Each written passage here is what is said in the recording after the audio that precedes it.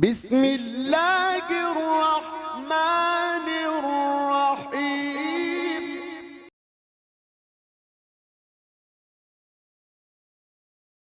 الحمد للہ وحدہ والصلاة والسلام علی من لا نبی بعدہ، اما بعد فاعوذ باللہ من الشیطان الرجیم، بسم اللہ الرحمن الرحیم۔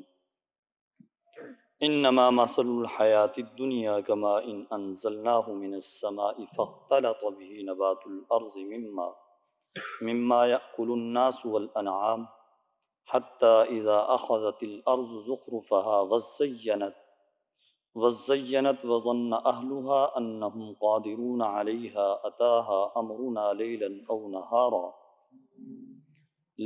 أو نهارا فجعلناها حصيدا كأن لم تغن بالأمس كذلك نفصل الآيات لقوم يتفكرون۔ صدق اللہ العظیم۔ آج کے ہمارے درس کا آغاز سورہ یونس کی آیت نمبر 24 سے ہو رہا ہے۔ اللہ تبارک و تعالیٰ ارشاد فرماتے ہیں، سوائے اس کے دنیا کی زندگی کی مثال اس پانی کی طرح ہے جو ہم نے آسمان سے اتارا، اس کے ذریعے سے زمین سے اگنے والی چیزیں گھنی ہو گئی جن کو انسان اور جانور کھاتے ہیں۔ حتیٰ اذا اخذت الارض زخرفها، یہاں تک کہ زمین نے اپنا زیور پہن لیا، وزینت، اور وہ خوشنما معلوم ہونے لگی، اس کے اہل نے یہ سمجھ لیا کہ وہ اس پر پوری طرح قدرت رکھتے ہیں، تو اس پر ہمارا حکم رات کو یا دن کو آ پہنچا، پس ہم نے اس کو کٹی ہوئی کھیتی کی طرح سپاٹ زمین بنا کے رکھ دیا، گویا کہ کل وہ تھی ہی نہیں۔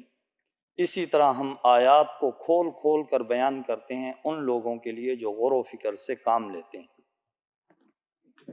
اس آیت مبارکہ کے اندر اللہ تبارک و تعالیٰ نے دنیا کی زندگی کی مثال کو بیان کیا ہے کہ دنیا کی زندگی کی مثال ایسے ہے جیسے آسمان سے بارش آتی ہے، آسمان سے پانی اترتا ہے، اس کے ذریعے سے زمین سے سبزہ اگتا ہے جو جانوروں اور انسانوں کے کام آتا ہے۔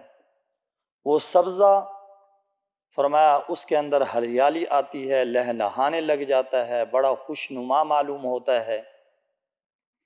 فرمایا وہ کھیتی والے یوں سمجھ لیتے ہیں کہ اب پوری طرح یہ کھیتی ہمارے قابو کے اندر ہے، جو چاہیں کر سکتے ہیں۔ فرمایا پھر ایسا ہوتا ہے کہ اچانک دن یا رات کو اللہ کا حکم اس کھیتی پہ پہنچ جاتا ہے، یعنی کوئی آفت آ جاتی ہے جس کی وجہ سے وہ کھیتی بالکل تہس نہس ہو جاتی ہے، ختم ہو جاتی ہے، یوں معلوم ہوتا ہے گویا کہ کل یہاں پر کچھ تھا ہی نہیں۔ فرمایا انسان کو دنیا کی یوں ہی محبوب ہوتی ہے، یوں ہی خوشنما معلوم ہوتی ہے۔ فرمایا انسان دنیا کے سارے اسباب، عیاشی کے سارے سامان جمع کر کے فرمایا اسی دنیا کے اوپر فریفتہ ہو کے بیٹھ جاتا ہے۔ فرمایا یکا یک موت آ کر ان ساری چیزوں کو ختم کر دیتی ہے۔ فرمایا انسان کو یوں معلوم ہوتا ہے کہ دنیا ایک اندھیرا تھا، کچھ تھا ہی نہیں۔ فرمایا یہی مثال انسان کی دنیا کی زندگی کی ہے۔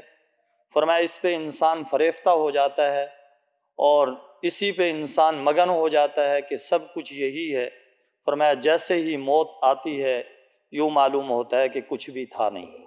تو اس لیے اس آیت مبارکہ کے اندر اللہ تبارک و تعالیٰ نے دنیا کی ناپیداری، دنیا کی بے ثباتی، دنیا کے فانی ہونے کو بیان کیا ہے کہ انسان کو دنیا کے اوپر بھروسہ نہیں کرنا چاہیے، اسی کے اوپر مگن نہیں ہو جانا چاہیے کہ اسی سے دل لگا کے بیٹھ جائے، بلکہ اس دنیا کے اندر رہتے ہوئے اس سے فائدہ اٹھا کر اپنے مالک، اپنے خالق، اپنے رازق، مالک حقیقی رب کی طرف متوجہ رہے اور اس بات کا دھیان رکھے کہ اصل زندگی یہ دنیا کی زندگی نہیں ہے، اصل زندگی اور زندگی ہے جس کی طرف میں نے جو جانا ہے اس کے لیے تیاری کرے۔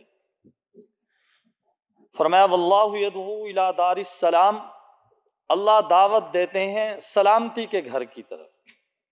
اس آیت مبارکہ کے اندر فرمایا گیا کہ اللہ سلامتی کے گھر کی طرف دعوت دیتے ہیں، اللہ سلامتی کے گھر کی طرف بلاتے ہیں۔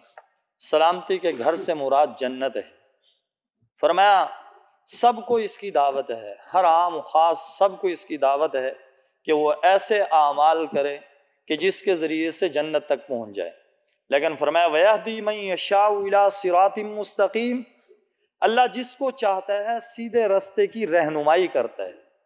یعنی دعوت تو سب کے لیے ہے، لیکن پھر جو اللہ تبارک و تعالیٰ نے انسان کو اختیار دیا ہے، اس اختیار کو استعمال کر کے فرمایا اچھے اعمال کر کے رب کو راضی کر کے فرمایا سیدھے راستے تک جنت تک پہنچتا۔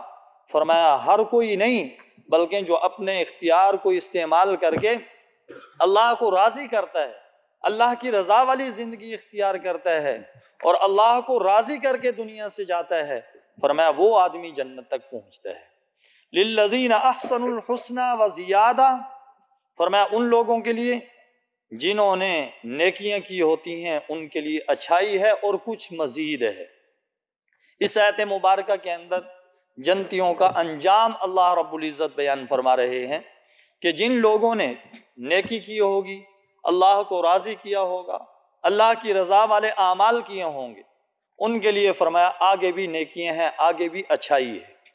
فرمایا اور کچھ مزید بھی اللہ رب العزت انہیں عطا فرمائیں گے۔ وہ مزید ہے کیا؟ قرآن کریم کے اندر اللہ تبارک و تعالیٰ نے اسے کھول کر بیان نہیں کیا۔ کیوں؟ اس لیے کہ اگر اللہ تبارک و تعالیٰ کھول کر بیان بھی کر دیتے تو آخرت کی نعمتوں کا مزید ہونا اور اچھا ہونا، اس کی حلاوت اور اس کی لذت اس فانی دنیا کے اندر انسان محسوس نہیں کر سکتا تھا۔ اور بعض رات نے فرمایا جیسا کہ حدیث پاک کے اندر آتا ہے کہ جب جنتی جنت کے اندر چلے جائیں گے اور جہنمی جہنم کے اندر چلے جائیں گے، پھر ایک پکارنے والا پکارے گا، آواز دے گا کہ جو اللہ رب العزت نے تم سے وعدہ کیا تھا اس کے ایفا کا وقت آ گیا ہے، اس کے پورا کرنے کا وقت آ گیا ہے۔ جنتی کہیں گے کہ وہ کون سا وعدہ ہے؟ اللہ تبارک و تعالیٰ نے کیا ہمارے اعمال کو وزنی نہیں کر دیا؟ کیا اللہ تبارک و تعالیٰ نے ہمارے چہروں کو روشن نہیں کر دیا؟ یعنی ہمیں ساری نعمتیں عطا کر دی، اب کون سی مزید ایسی نعمت رہ گئی ہے جس کے لیے اب وعدے کا پورا کیا جانا، جس کا اعلان کیا جا رہا ہے؟ تو پھر اللہ تبارک و تعالیٰ اپنا پردہ ہٹا کر دیدار کرائیں گے اور پھر پتہ چلے گا کہ یہ نعمت اللہ کے دیدار والی ایسی نعمت ہے کہ ساری نعمتیں اس کے سامنے ہیج ہیں۔ اللہ رب العزت ہم میں سے ہر ایک کو نصیب فرمائے۔ فرمایا وَلَا يَرْحَقُ وُجُوهَهُمْ قَتَرٌ وَلَا ذِلَّةٌ، ان کے چہروں کے اوپر سیاہی اور ذلت نہیں چھائے گی، بلکہ جو جنتی ہوں گے اللہ رب العزت ان کے چہروں کو روشن فرمائیں گے۔ جیسا کہ حدیث پاک کے اندر آتا ہے کہ جو آدمی وضو کرتا ہے اور وضو کے ذریعے سے نماز پڑھتا ہے، فرمایا یہ قیامت والے دن وضو والے اعضاء اس کے چمکیں گے۔ اور نبی علیہ السلام نے ارشاد فرمایا کہ میں اپنی امت کو ان اعضاء وضو کے چمکنے سے پہچان لوں گا۔ تو اس لیے اللہ رب العزت ہم سب کو یہ نصیب فرمائے کہ ہم نماز کے لیے وضو کریں تو وضو اچھے طریقے سے صحیح معنی میں اہتمام کے ساتھ کریں۔ جیسے کہ اللہ والوں اور بزرگوں کے بارے میں یہ بات آتی ہے کہ جس وقت وہ وضو کرتے تو ہاتھ یہاں کونیوں سمیت دھونے ہیں تو وہ ذرا اوپر دھوتے تاکہ ہمارے یہ اعضاء اور زیادہ چمکیں۔ سبحان اللہ! کیا اللہ کے ساتھ تعلق اور اللہ کی نعمتوں کا شوق اللہ والوں کو جو حاصل ہے، حقیقت میں انہی کا یہ حق ہے اور انہی کا یہ مقام ہے۔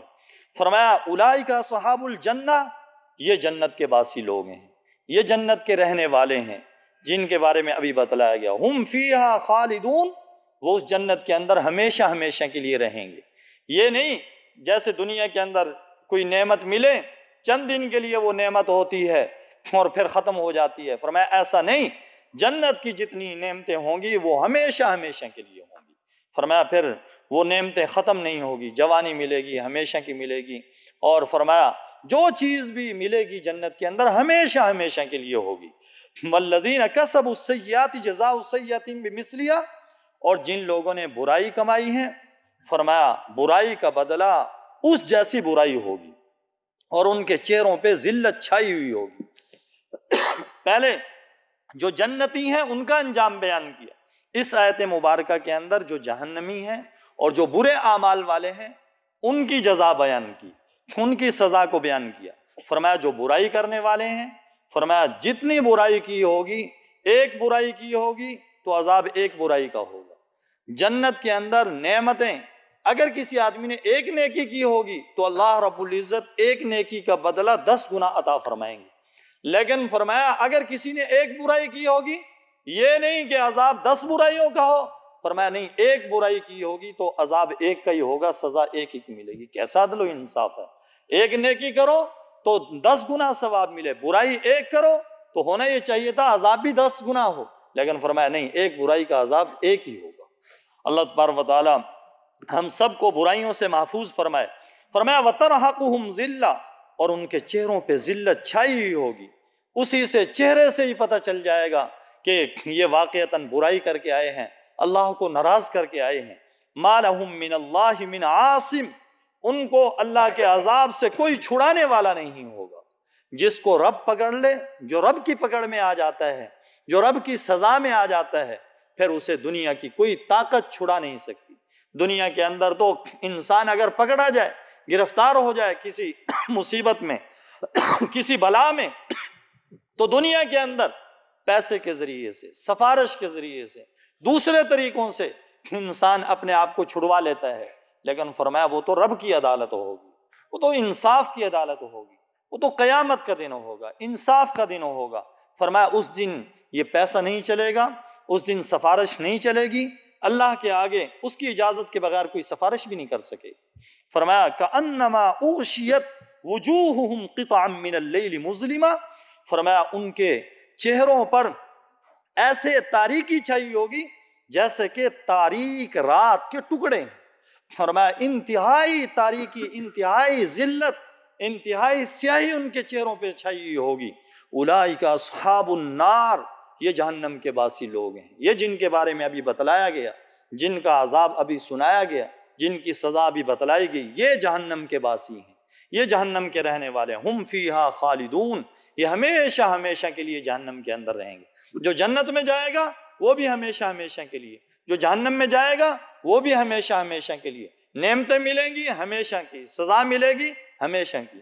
وَيَوْمَ نَحْشُرُهُمْ جَمِيعًا ثُمَّ نَقُولُ لِلَّذِينَ أَشْرَكُوا مَكَانَكُمْ، جس دن ہم ان سب کو جمع کریں گے، پھر ہم کہیں گے ان کو جنہوں نے شریک ٹھہرایا تھا، مَكَانَكُمْ أَنْتُمْ وَشُرَكَاؤُكُمْ، تم اور تمہارے شرکا جن کو تم نے شریک ٹھہرایا تھا، اپنی جگہ ذرا ٹھہرو۔ فَزَيَّلْنَا بَيْنَهُمْ، ہم ان کے درمیان جدائی ڈال دیں گے، یعنی عابد اور معبود کے درمیان، جو عبادت کرنے والے تھے اور جن کی عبادت کی جا رہی تھی۔ اللہ فرماتے ہیں ہم ان میں جدائی ڈال دیں گے۔ وَقَالَ شُرَكَاؤُهُمْ مَا كُنْتُمْ إِيَّانَا تَعْبُدُونَ، اور ان کے شرکا کہیں گے یہ ہماری عبادت نہیں کرتے تھے۔ پہلے جب انہیں پتہ نہیں ہوگا کہ یہ ہماری عبادت کرتے تھے، وہ منکر ہو جائیں گے، کہیں گے یہ تو ہماری عبادت کرتے ہی نہیں تھے۔ لیکن فرمایا جس وقت انہیں پتہ چلے گا کہ واقعتاً تمہاری عبادت کرتے تھے، وہ کہیں گے فَكَفَى بِاللَّهِ شَهِيدًا بَيْنَنَا وَبَيْنَكُمْ إِن كُنَّا عَنْ عِبَادَتِكُمْ لَغَافِلِينَ، اللہ ہمارے اور تمہارے درمیان گواہ بننے کے لیے کافی ہے کہ ہم تمہاری عبادت سے غافل تھے، ہمیں پتہ نہیں تھا کہ تم ہماری عبادت کرتے ہو، نہ ہم نے تمہیں حکم دیا تھا۔ اس لیے اللہ رب العزت خالصتاً اپنی عبادت کی توفیق نصیب فرمائے، اپنے سامنے جھکنے والا بنائے، اپنے در کا بھکاری بنائے، در در کی ٹھوکروں سے اللہ رب العزت ہم سب کو محفوظ فرمائے۔ هُنَالِكَ تَبْلُو كُلُّ نَفْسٍ مَا أَسْلَفَتْ، وہاں ماضی کے اندر جس نے جو کیا ہوگا ہر نفس کو وہاں پتہ چل جائے گا، جو ماضی کے اندر کرتوت کر کے آیا ہے اچھے یا برے، فرمایا وہاں پر سارا کچھ سامنے آ جائے گا۔ وَرُدُّوا إِلَى اللَّهِ مَوْلَاهُمُ الْحَقِّ، اور ان کو اللہ کی طرف لوٹایا جائے گا جو ان کا مولا حقیقی ہے، جو ان کا حقیقی معبود ہے، اس کی طرف انہیں لوٹایا جائے گا۔ وَضَلَّ عَنْهُمْ مَا كَانُوا يَفْتَرُونَ، اور فرمایا جو انہوں نے جھوٹ تراش رکھے تھے وہ سارے ان سے گم ہو جائیں گے، وہ سارے ان سے ضائع ہو جائیں گے. وہ فرمایا کچھ بھی کام نہیں آئے گا, بس کام آئے گی تو اللہ کی عبادت کام آئے گی, اللہ کی رضامندی خوشنودی کام آئے گی, اچھے اعمال کام آئیں گے, اعمال صالحہ کام آئیں گے. فرمایا جو انہوں نے جھوٹ موٹ گھڑ رکھا تھا وہاں کچھ بھی نہیں چلے گا اللہ کے سامنے. اس لیے اللہ رب العزت سے دعا ہے کہ اللہ تبارک و تعالی ہم سب کو شرکت سے اور اللہ رب العزت ہم سب کو شریک ٹھہرانے سے اللہ رب العزت ہم سب کو اس سے محفوظ فرمائے کہ ہم اللہ کا کسی کو شریک ٹھہرائیں, بس خالصتاً عبادت اللہ کی کریں. قرآن پاک میں اللہ تبارک و تعالیٰ نے ارشاد فرما دیا کہ میں شرک کو معاف نہیں کروں گا, اس کے علاوہ جس کو چاہوں گا بخش دوں گا. اس لیے شرک جو ہے وہ بہت بڑی بیماری ہے اور تمام برائیوں کی جڑ ہے. اس لیے اللہ رب العزت شرک سے محفوظ فرما کر ہم سب کو خالصتاً اپنی عبادت کی توفیق نصیب فرمائے. وآخر دعوانا الحمدللہ رب العالمین. اللہم صلی علی سیدنا و مولانا محمد وعلی آل سیدنا و مولانا محمد وبارک وسلم وصلوا علیہ. اے اللہ درس قرآن کو قبول و منظور فرما, کمی کوتاہیوں کو اپنے فضل و کرم سے معاف فرما, ہم سب کی بخشش کا ذریعہ بنا, امت مسلمہ کی خیر فرما, ملک پاکستان کی حفاظت فرما, اس کے تمام اداروں کی حفاظت فرما. اے اللہ ہم سب کی بیڑیاں بنا, مشکلیں حل فرما, بیماروں کو شفا نصیب فرما. اے اللہ ہم میں سے ہر ایک کو آقا علیہ الصلوۃ والسلام کا سچا پکا غلام بنا, برائیوں سے محفوظ فرما, زیادہ سے زیادہ نیکیوں کی توفیق نصیب فرما. اے اللہ جنت والے اعمال کی توفیق نصیب فرما, جہنم والے اعمال سے ہم سب کو پناہ کامل نصیب فرما. اے اللہ ہم سب کی ساری دعاؤں کو اپنے فضل سے جناب رسول اللہ صلی اللہ علیہ وسلم کے واسطے وسیلے سے قبول و منظور فرما. وصلی اللہ تعالی علی خیر خلقہ محمد وعلی آلہ واصحابہ اجمعین آمین برحمتک. جزاکم اللہ.